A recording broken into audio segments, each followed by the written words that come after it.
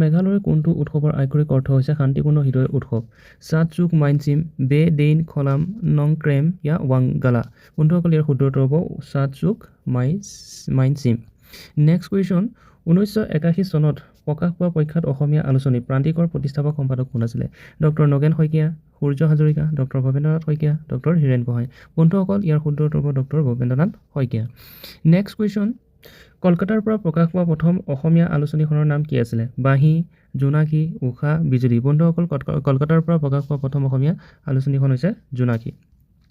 next question Birendra Kumar ভট্টাচাৰ্যই কিমান চনত জ্ঞানপীঠ বঁটা লাভ কৰিছিলে 1970 চন 1976 চন 1979 চন 1980 চন বন্ধুসকল বীৰেন্দ্ৰ কুমাৰ ভট্টাচাৰ্যই জ্ঞানপীঠ বঁটা লাভ কৰিছিলে 1979 চনত নেক্সট কুৱেশ্যন